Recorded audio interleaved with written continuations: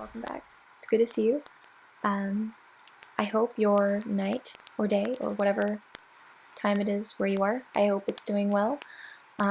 Tonight I'm going to be doing something a little bit different. I'm going to be reading to you some Edgar Allan Poe, because why the heck not?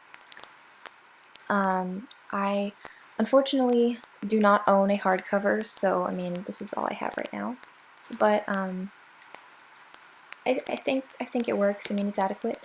I'd like to own a hardcover one day, but we'll get there eventually.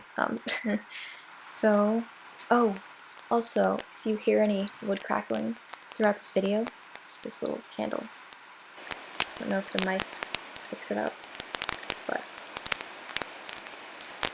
it smells marvelous. I love it. It's like leather smell. This is some sandalwood. Awesome. Alright.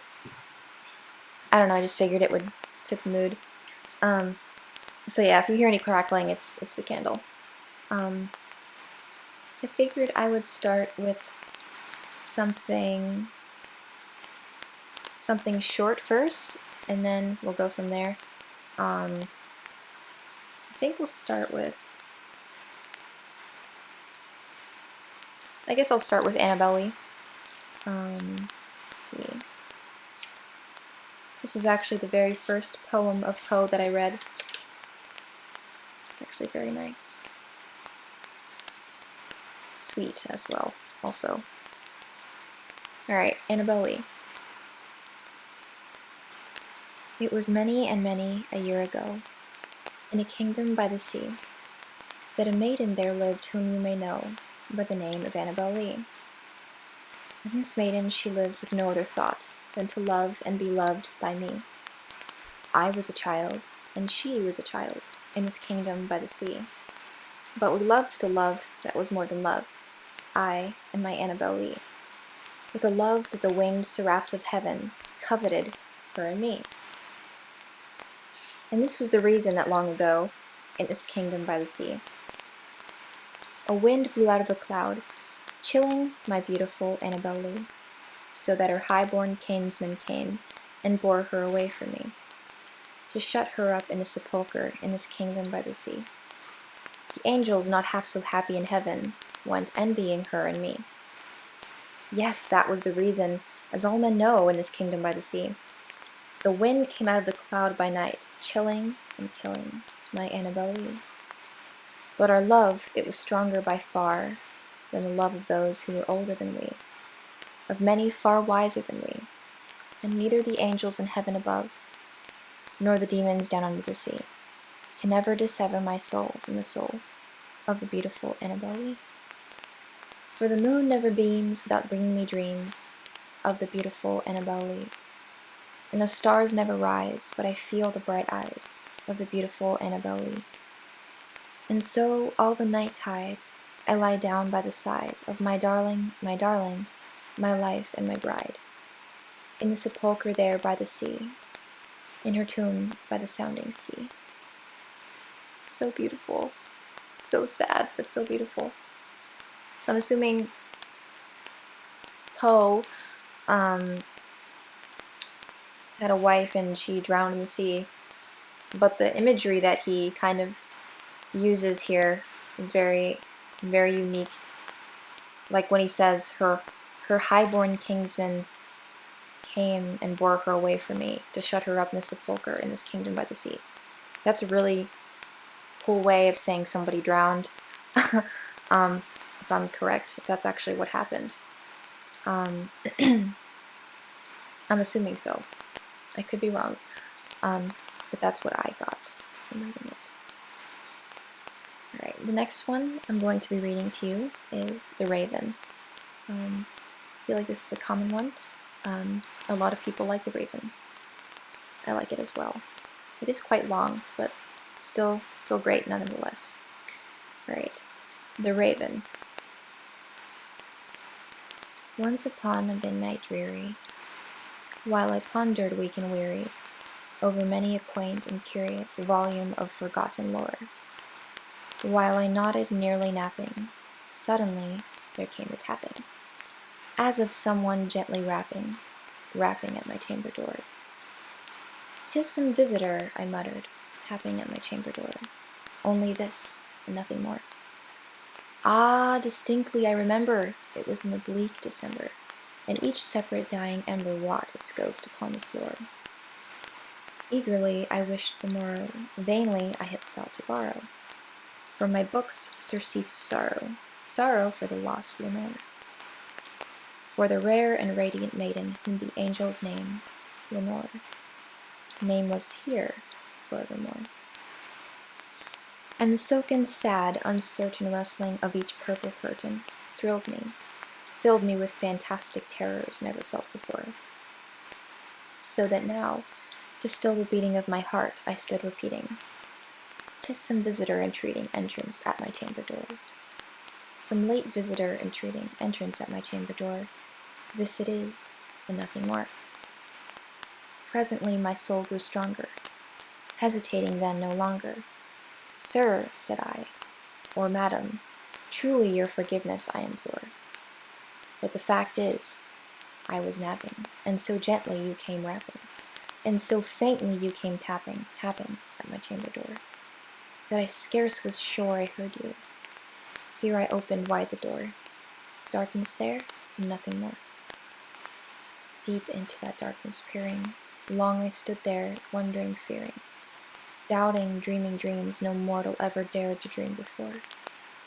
But the silence was unbroken, and the stillness gave no token, and the only word there spoken was the whispered word, "Lenore."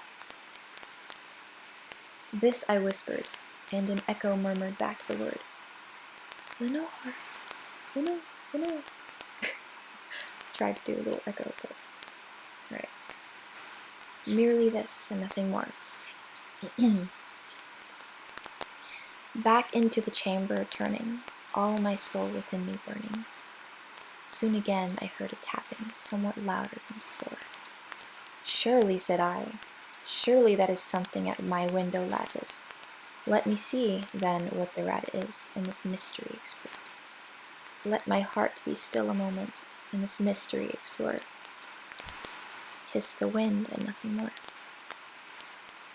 Open here I flung the shutter, when with many a flirt and flutter, in there stepped a stately raven of the saintly days of yore. Not the least obeisance made he, not a minute stopped or stayed he, but with mien of lord or lady, perched above my chamber door. Perched upon a bust of Pallas just above my chamber door, perched and sat, and nothing more. Then this ebony bird, beguiling my sad fancy into smiling, by the grave and stern decorum of the countenance it wore. "Though thy crest be shorn and shaven, thou," I said, "art sure no craven? Ghastly grim and ancient raven, wandering from the nightly shore, tell me what thy lordly name is on the night's Plutonian shore." Quoth the raven, "Nevermore." Much I marveled this ungainly fowl to hear discourse so plainly, though its answer little meaning, little relevancy bore. For we cannot help agreeing that no living human being ever yet was blessed with seeing bird above his chamber door, bird or beast upon the sculptured bust above his chamber door, with such name as Nevermore. But the raven, sitting lonely on the placid bust, spoke only that one word, as if his soul in that one word he did outpour. Nothing farther than he uttered, not a feather than he fluttered, till I scarcely more than muttered, "Other friends have flown before. On the morrow he will leave me, as my hopes have flown before." Then the bird said, "Nevermore." Startled at the stillness broken by reply so aptly spoken, "Doubtless," said I, "what it utters is its only stock and store, hot from some unhappy master whom unmerciful disaster followed fast and followed faster till his songs one burden bore, till the dirges of his hope that melancholy burden bore, of never, nevermore." But the raven still beguiling all my fancy into smiling, Straight I wheeled a cushioned seat in front of bird and bust and door. Then upon the velvet sinking, I betook myself to linking, fancy unto fancy, thinking what this ominous bird of yore,